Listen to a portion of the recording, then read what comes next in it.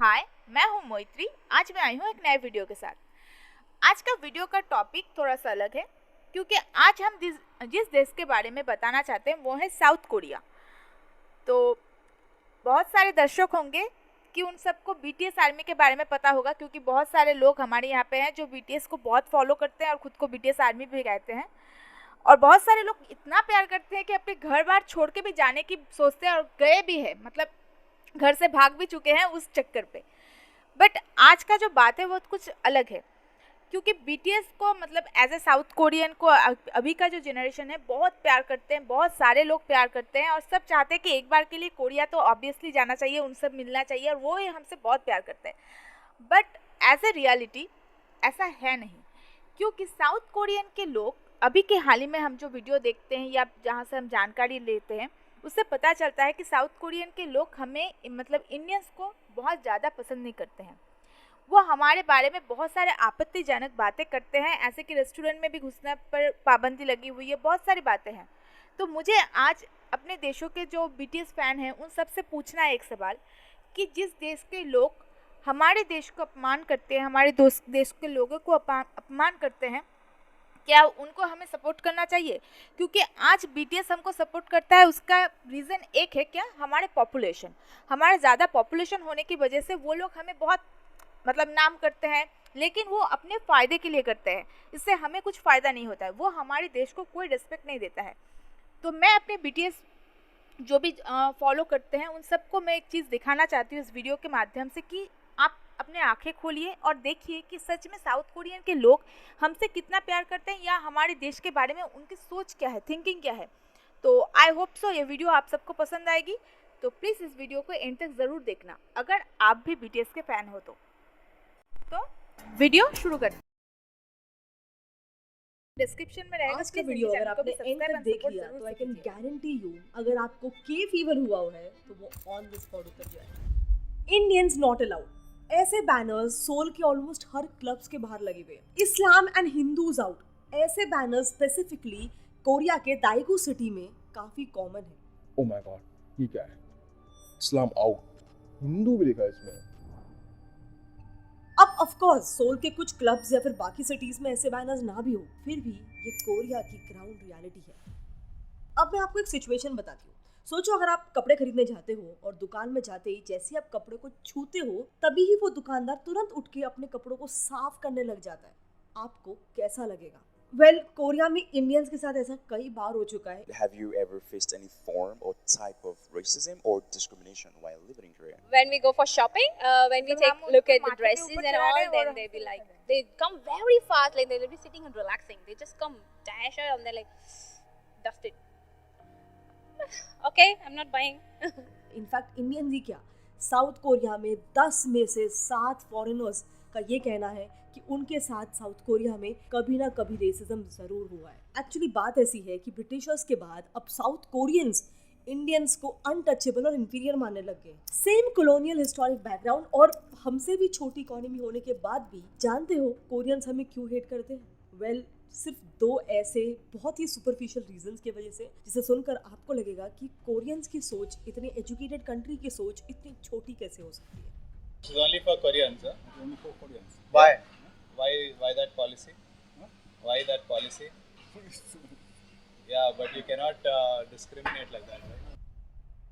Only for Koreans, no Indians। ये मंजर कहीं और का नहीं बल्कि हमारे ही देश का है, जहां हम इंडियंस को ही रेस्टोरेंट्स में आना मना है। एक्चुअली आंध्र प्रदेश के अनंतपुर में किया मोटर्स के मैन्युफैक्चरिंग प्लांट के आसपास करीब 15 से 20 कोरियन रेस्टोरेंट्स खुले हुए हैं। इन रेस्टोरेंट्स में जब द वायर ने स्टिंग ऑपरेशन किया तब ये रिवील हुआ कि इन कोरियन रेस्टोरेंट्स में इंडियंस के लिए डाइन इन तो छोड़ दो, वहाँ इंडियंस की एंट्री तक बैन है। इनफैक्ट इन कोरियंस में इंडियंस के प्रति हेट इस लेवल तक है कि वहाँ रेस्टोरेंट का स्टाफ भी उन लोगों ने इंडियन नहीं रखा है बल्कि नेपाली सिटीजन रखा है। कहाँ काम करते हैं?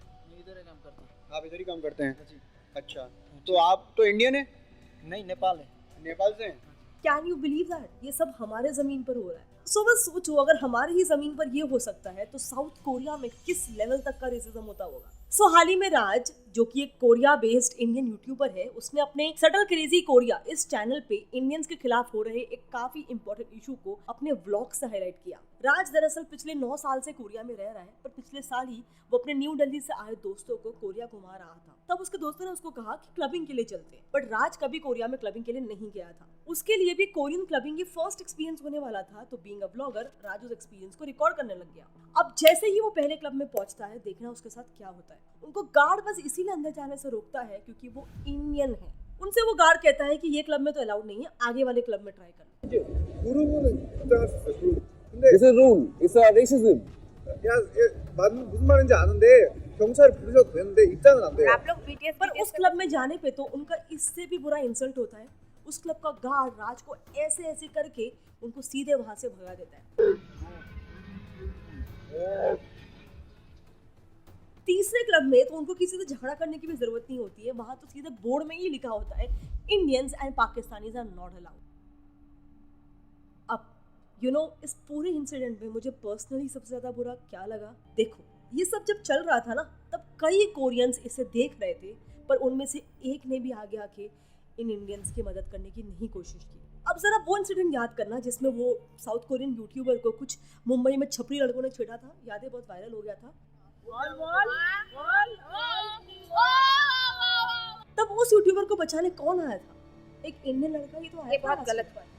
Incident being unfolded, he came to her rescue. और इंडियंस ने ऑनलाइन जो उसको हेवीली सपोर्ट किया वो अलग। इनफैक्ट पुलिस ने खुद एक्शन लेते हुए उन छपरी लड़कों को अरेस्ट भी किया था, बिल्कुल जैसे उस लड़की ने किया। राज ने भी उस इंसिडेंट का व्लॉग निकालकर उसे यूट्यूब पे अपलोड किया था, लेकिन इस इंसिडेंट में कोरियन एडमिनिस्ट्रेशन से किसी ने भी इसे नोटिस नहीं किया। सो क्या हम ये मान ले कि उनके हिसाब से हमारी कोई वैल्यू नहीं है? नाउ आई नो आप बोलोगे कि सिर्फ एक छोटे से इंसिडेंट से, 2-3 इंसिडेंट से ये पूरा ओपिनियन फॉर्म नहीं कर सकते हैं, तो मेरी बात छोड़ो, जरा आप खुद ही यूट्यूब पे कोरिया हेट्स इंडियंस ये कीवर्ड टाइप करके देख लो। आपको बहुत सारे ऐसे वीडियोस मिल जाएंगे जहाँ पर वो अपनी रेसिज्म की स्टोरीज ओपनली शेयर कर रहे हैं। उन्हीं वीडियोस में से जब मैं खुद गो थ्रू कर रही थी, तब एक कोरियन चैनल बिबिम कोरिया के पॉडकास्ट में इस इंडियन लड़की ने अपना एक काफी इनह्यूमन एक्सपीरियंस शेयर किया था। उसने बताया कि जब भी वो कोरिया के पब्लिक प्लेसेस पे किसी सीट पे बैठने जाती थी, तब उस सीट पे उसके बैठते ही बाकी कोरियंस उठकर चले जाते थे, जैसे कि वो कोई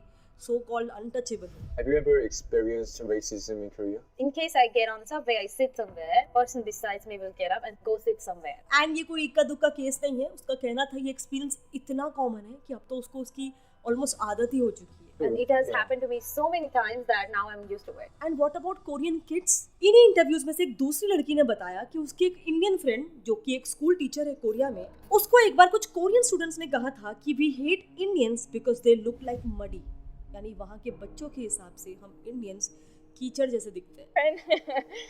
she's a teacher and she was teaching and they were talking about India, I guess. तो पूरा प्लास्टिक सर्जरी से And बने they were रहते like, हैं। oh, we don't like Indian people. They look like muddy. अब बस सोचो कि अगर बच्चे ये बात बोल सकते हैं, मतलब इस सोसाइटी में ये हेट, ये रेसिज्म किस हद तक पेनिट्रेट हो चुका है।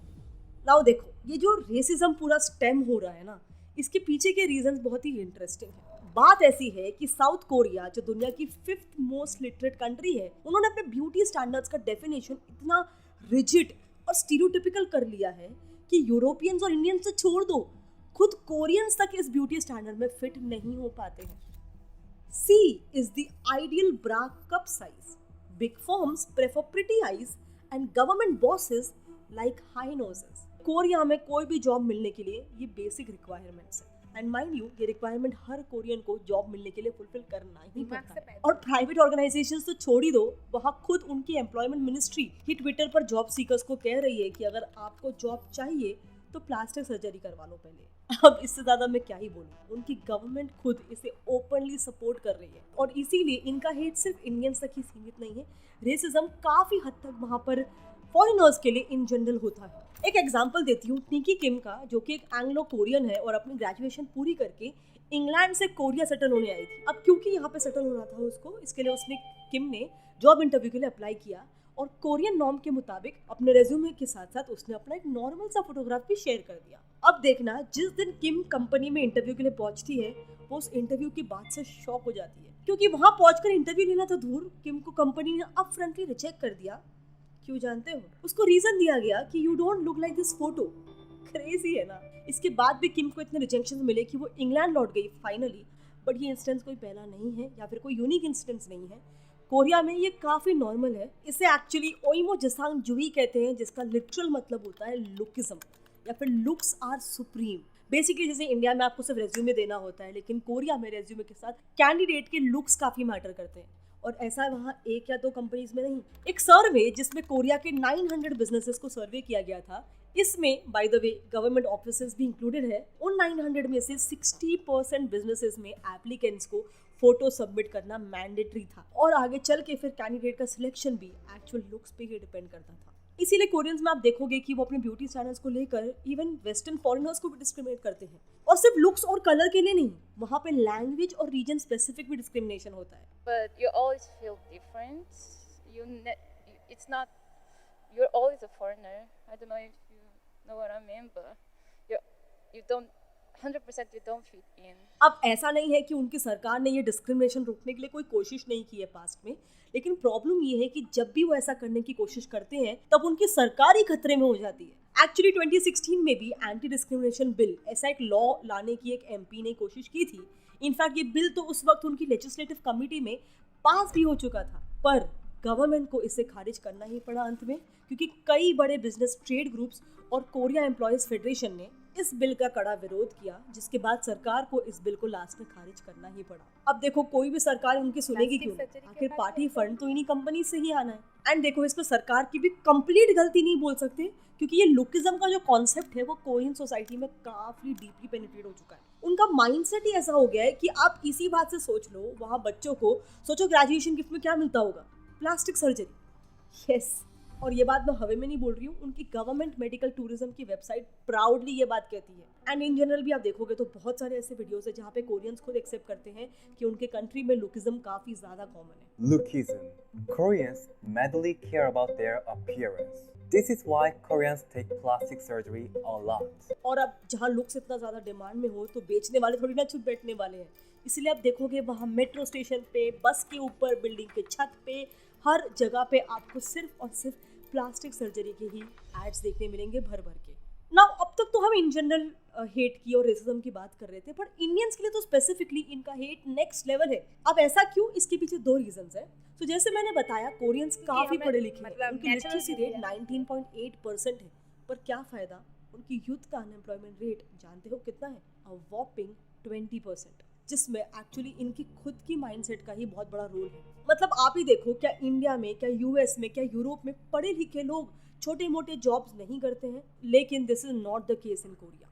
So currently Korean industrial and farming sectors में बहुत heavy shortage of workers face हो रहा है। मतलब आप सोचो सिचुएशन वहाँ की इतनी बदतर है कि कोरियन सरकार को ब्लू कॉलर वर्कर्स को बाहर से इंपोर्ट करना पड़ रहा है, बस इसीलिए क्योंकि उनका यूथ पढ़े लिखे होने की वजह से ऐसे छोटे मोटे जॉब्स नहीं करना चाहता है। सो ये बैकग्राउंड हम समझ गए।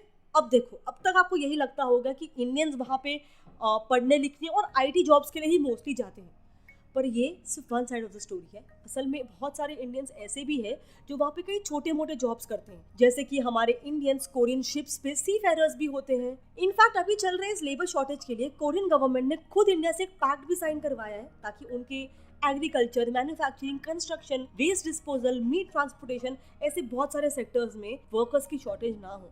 अब देखो, यहाँ रेसिज्म अगेंस्ट इंडिया एकदम ज़्यादा इसीलिए है क्योंकि कोरियंस का मेंटालिटी ये है कि इंडियंस हमारे यहाँ पे छोटी मोटे जॉब्स करते हैं। इसके अलावा दूसरा रीज़न तो इनके यहाँ पे रेसिज्म बहुत कॉमन है ही, लेकिन skin colour, white skin colour से जो उनका फेटिश है वो बहुत ज़्यादा कॉमन है। लेकिन हम इंडियंस का कलर व्हीटिश होता है, इसीलिए ये भी एक बहुत इंपॉर्टेंट रीज़न बन जाता है कि इतना ज़्यादा रेसिज्म इंडियंस के खिलाफ वहाँ पे होता है। और ऐसा मैं नहीं, खुद कोरियंस ने ही कहा है। दरअसल Korea institute for international economic policy ने पूरे कोरिया में एक इंटरेस्टिंग सर्वे किया था, जिसमें ही कई कोरियंस ने ये ओपनली एक्सेप्ट किया था कि हम इंडियंस को अनसेफ, अंडर डेवलप्ड और ओल्ड फैशन समझते हैं। एक्चुअली देखो, रूट प्रॉब्लम पता है क्या है? इनकी भी इसमें उतनी गलती नहीं है ऐसा कह सकते हैं, ज़्यादा मेजर गलती है इंफॉर्मेशन गैप की। एक्चुअली ये कोरियंस हम इंडियंस के बारे में कुछ जानते ही नहीं है। देखो, आज कोरिया में सिर्फ 12,000 इंडियंस ही रहते हैं और टूरिस्ट भी करीब वहाँ पर हर साल 1 लाख लोग ही जाते हैं। तो ऐसे में बाकी लोगों से इंडियन कल्चर के बारे में उन्हें बहुत ही कम पता चलता है। और रही बात इंडियन गवर्नमेंट की, तो हमारे देश और कोरिया में ऑफिशियल डिप्लोमेटिक टाइज भी काफी कंपैरेटिवली लेट 1973 के आसपास ही हुए थे, यानी करीब आज़ादी के 30 साल बाद। इनफैक्ट इससे पहले तो उनके प्राइम मिनिस्टर हमारे देश को दुश्मन देश समझते थे। उन्हें लगता था कि हम एक कम्युनिस्ट आइडियोलॉजी को सपोर्ट करने वाले देश है, क्योंकि हम रशिया के एक एलाय थे और साउथ कोरिया यूएस का एलाय था, जो कि एक कैपिटलिस्ट कंट्री था। सो मैं आपको बस दोनों साइड का पर्सपेक्टिव बताने की कोशिश कर रही हूँ। एंड ये वीडियो बनाने का मेरा बिल्कुल भी ये कहने का मतलब नहीं है कि कोरियंस को अभी से हमको हेट करना शुरू कर देना चाहिए और उनके के कल्चर को, के पॉप को, के ड्रामा को बॉयकॉट कर देना चाहिए। ऐसा मैं बिल्कुल भी नहीं कह रही हूँ। इनफैक्ट हमारा तो कल्चर ही अतिथि देवो भव का है। मैं बस ये कह रही हूँ कि इट्स हाई टाइम कि हम इंडियंस ये समझ जाए कि हाँ, दूसरे देशों की रिस्पेक्ट करना, उनके कल्चर को फॉलो करना, उनसे अच्छे एस्पेक्ट्स उठाना, ये बिल्कुल अच्छी बात है। लेकिन एक दूसरे देश की इज्जत करते वक्त हमें अपनी रिस्पेक्ट नहीं खोनी है। मुझे एक्चुअली काफ़ी सारे ऐसे रैंडम वीडियोस मिले जहाँ पे लोग अपना पर्सनल ओपिनियन शेयर कर रहे थे। जब मैंने और देखना शुरू किया तो मुझे मालूम पड़ा येस, एक्चुअली काफ़ी सारे साउथ कोरियंस इंडियंस को हेट करते हैं, उनके खिलाफ उनके मन में बहुत ज़्यादा रेसिज्म है। तो मैं बस आपको ये एक ऑल्टरनेट पर्सपेक्टिव देना चाहती थी कि नो डाउट अगर आपको के ड्रामा देखना है, आपको पसंद है, ज़रूर देखिए, लेकिन इतना ज़रूर याद रखिए कि this should not be at the cost of your self respect, our self respect. And again ये मेरा ओपिनियन है, to each to its own. आपका क्या ओपिनियन इस बात में? क्या आपके हिसाब से हमें इस इशू के ऊपर के पॉप या के ड्रामा को बॉयकॉट होना शुरू कर देना चाहिए, या आपके? तो यहाँ पे वीडियो खत्म होता है। तो मुझे जो बोलना है कि पहली बात है कि हेटिज्म और नॉट हेटिज्म की बात नहीं है। हम इंडियंस को भी ये समझना पड़ेगा कि हम अगर किसी को रिस्पेक्ट दे रहे तो वहाँ से भी तो हमें रिस्पेक्ट मिले। और इस जनरेशन को तो ऑब्वियसली ये बात जानना पड़ेगा, क्योंकि साउथ कोरिया जिस तरह से हमारे साथ ऐसे कर रहा है वो तो सही नहीं है। हमारे देश का अपमान कर रहा है, मतलब क्या? अब उसमें भी हम ऐसे बीटीएस उसमें भी अगर अपने चीज़ को देखेंगे, प्यार करो, सब कुछ करो, बट देखो कि वो मेरा क्या कर रहा है, मेरा फ़ायदा उठा रहे हैं वो, क्योंकि हमारे इतने सारे पॉपुलेशन है इसलिए हमारे फ़ायदा उठा रहे हैं और हमें इज्जत रत्ती बढ़कर नहीं दे रहे हैं। ये कैसा कल्चर हो गया? मुझे सबसे ज़्यादा जिस बात पे हैरानी हुई है वो है कि हमारे देश पे जो एक कैफ़े है या रेस्टोरेंट है, वहाँ पे हमें अलाउ नहीं है। मतलब ये कहाँ है? अब आप सोचो आपको क्या करना है। प्यार करो, जो करो उससे मुझे क्या, किसी को भी कोई प्रॉब्लम नहीं है, बट क्या थोड़ी चीज़ अपने साउथ कोरिया के बारे में भी आपको जानना चाहिए कि रेस्पेक्ट दो, रेस्पेक्ट लो, ऐसे थ्योरी पे बिलीव करो। हम ही देते जा रहे हैं और वहाँ से ऐसे रिस्पॉन्स आ रहे हैं, तो इसका क्या मतलब होता है? तो मेरी वीडियो यहीं तक है। तो आपको कैसा लगा पता नहीं। और एक बात, जो ब्यूटी के बारे में बात करें, मुझे ऐसा लगता है हम लोग नेचुरली ब्यूटीफुल है, क्योंकि हमें प्लास्टिक सर्जरी की कोई ज़रूरत नहीं है। उनको शायद यही गिल्ट है क्योंकि पूरा बॉडी प्लास्टिक सर्जरी से बना रहता है, इसलिए शायद उनको ऐसा लगता है कि क्या बोलूँ कि इसमें कुछ बोलने लायक है नहीं। तो चलो वीडियो यहीं तक है, तो अगली वीडियो के लिए इंतज़ार करना।